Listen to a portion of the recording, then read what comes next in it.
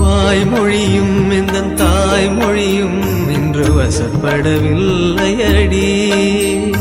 வயிற்றுக்கும் தொண்டைக்கும் உருவமில்லா ஒரு உருண்டையும் உருளுதடி. காத்திருந்தால் எதிர்பார்த்திருந்தால் ஒரு நிமிஷமும் வருஷமடி. கண்கள் எல்லாம் என்னை பார்ப்பது போல் ஒரு கலக்கமும் தோன்றுதடி. இது ஸ்வர்கமா